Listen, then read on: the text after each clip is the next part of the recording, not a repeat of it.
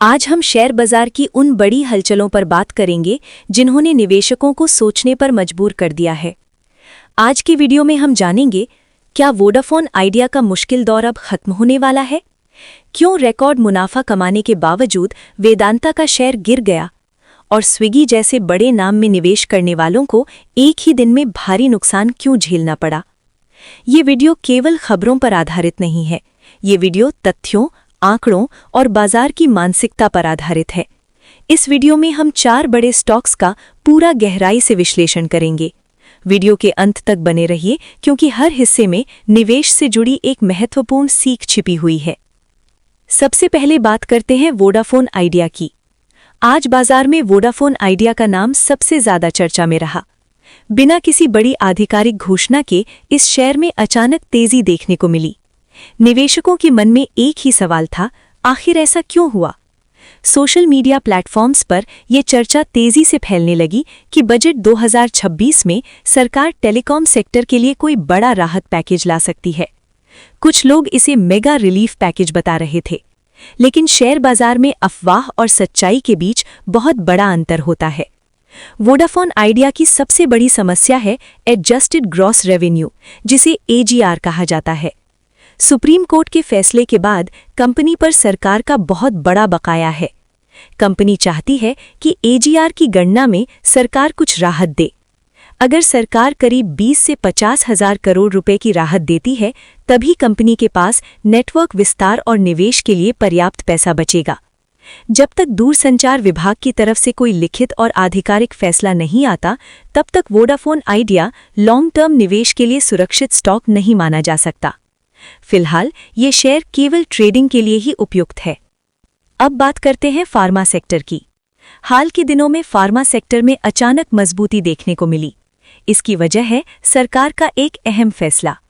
सरकार ने penicillin G और 6-APA जैसी जरूरी दवाओं पर न्यूनतम आयात मूल्य लागू कर दिया है।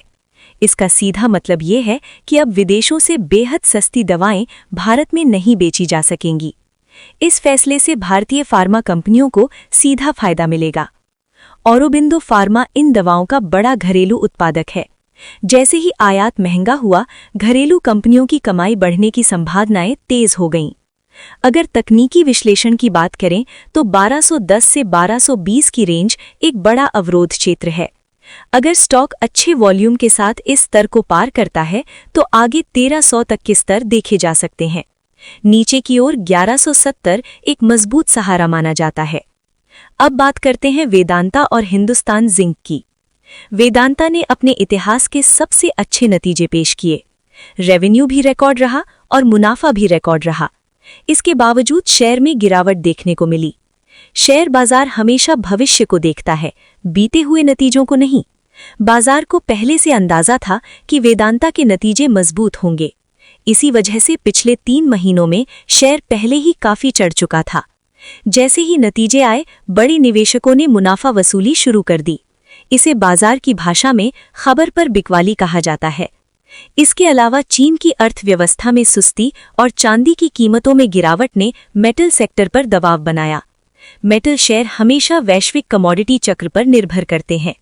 वेदांता ने पिछले समय में काफी बड़ा डिविडेंड दिया है। ये शेयर तेज कीमत बढ़त से ज्यादा नियमित आय के लिए जाना जाता है। लॉन्ग टर्म निवेशक इसे इनकम स्टॉक के रूप में देख सकते हैं।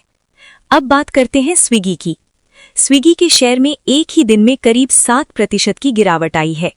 इस गिरावट की सबसे बड़ी वजह है क्विक कॉमर्स कारोबार। इंस्टामार्ट में कंपटीशन बहुत ज्यादा बढ़ चुका है।